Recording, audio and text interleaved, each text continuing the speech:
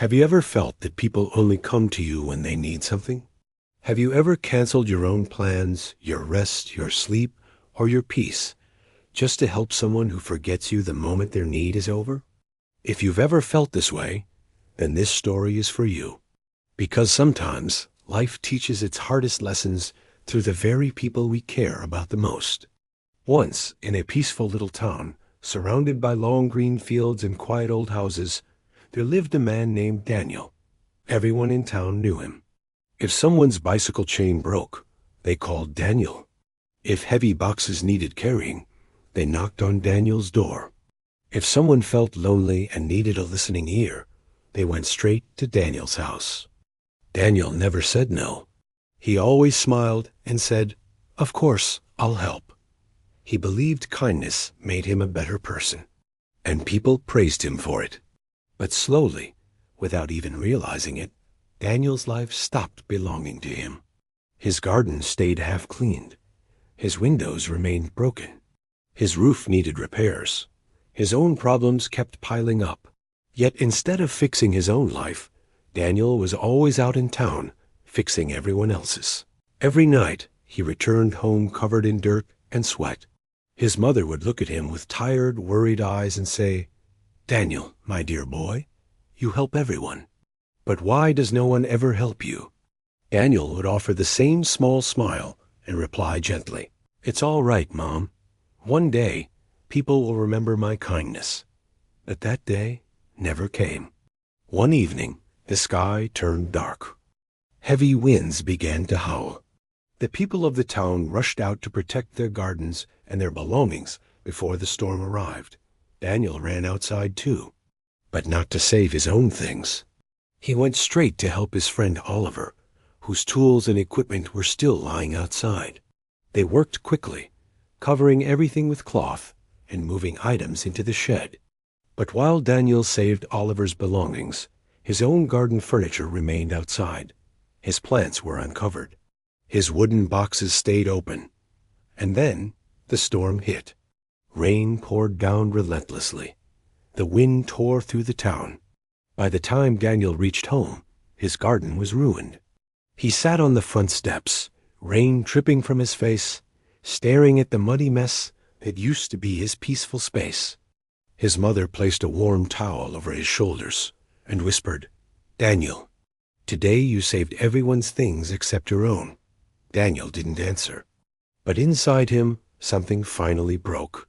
The next morning, tired and confused, Daniel walked to the edge of town to visit old Mr. Harris, a retired teacher who lived quietly near the river. Daniel sat beside him and said, "Sir, I don't understand. I help everyone, but I feel empty. I feel tired, not from work, but from people. Why does kindness feel like it's breaking me?" Mr. Harris watched the river flow calmly and said, "Daniel, look at this river. It gives water to trees, birds, animals, and farms. But when it rains too much, and the river forgets its limits, what happens?" Daniel thought for a moment. "It floods and destroys everything." Mr. Harris nodded. "Exactly. Kindness without boundaries becomes self-destruction. You are kind, Daniel, but you have no limits. You run everywhere for everyone, but nowhere for yourself. You think saying no is wrong. But sometimes saying no is the most honest form of self-care." Daniel listened silently. "For the next 7 days," Mr. Harris continued, "don't say yes immediately. Pause. Ask yourself, will helping this person harm me? Will I lose time, peace, or energy that I need for myself? If the answer is yes, say, 'Not today.'" The next morning felt different. Around noon, Oliver rushed over and said, "Daniel, please help me move a heavy box." Daniel glanced at his broken fence, the one he had ignored for months. His heart wanted to say yes, but he remembered the river. He took a deep breath and said, "I'm sorry, all. Today I need to fix my own fence. I can help later, but not today." Oliver stared at him, shocked. "You're saying no?" Daniel nodded quietly. Oliver walked away, disappointed. Daniel felt a small sting of guilt. But he stayed focused. By evening, the fence that had been broken for months stood strong again. For the first time in a long while, Daniel felt proud. The next day, 2 neighbors came asking for small favors. Daniel politely refused and explained he was busy. That night, instead of feeling exhausted and used, he felt light, calm, peaceful. On the 4th day, the sky turned gray again. Heavy rain returned, and Daniel's roof began to leak. He waited, expecting someone to knock on his door, the way he had knocked on theirs for years. No one came, not a single person.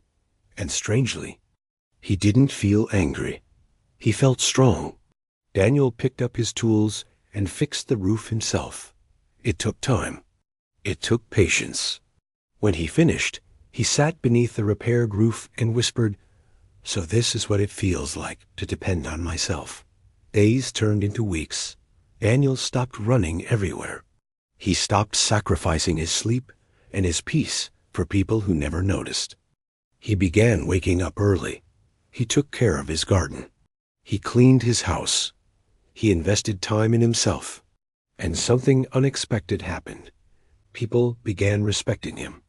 Oliver started solving his own problems. Neighbors stopped calling for every small thing. The town stayed friendly, but Daniel was no longer treated like a tool anyone could use. His house looked better. His garden bloomed. His face looked lighter. And for the first time in years, Daniel laughed without feeling tired. One afternoon, Mr. Harris visited. He looked at the neat yard, the healthy plants, and the peaceful smile on Daniel's face. He asked softly, "So, did the world fall apart when you stopped saying yes to everyone?" Daniel smiled and replied, "No, sir. My world finally started coming together." Mr. Harris nodded gently and said, "When you stop saying yes to everyone, you finally say yes to yourself. And that is when life begins to change. So let me ask you, my friend, are you like Daniel? Do you give too much? Do you say yes even when it hurts? Remember this. Saying no does not make you selfish. It makes you strong. It means you are choosing peace over pressure. Your time, your mind, and your heart are precious. Protect them, because the world will respect you only when you start respecting yourself. If this story resonated with you, share it with someone who needs to hear it. Thanks for listening, and don't forget to subscribe for more stories that help us grow stronger.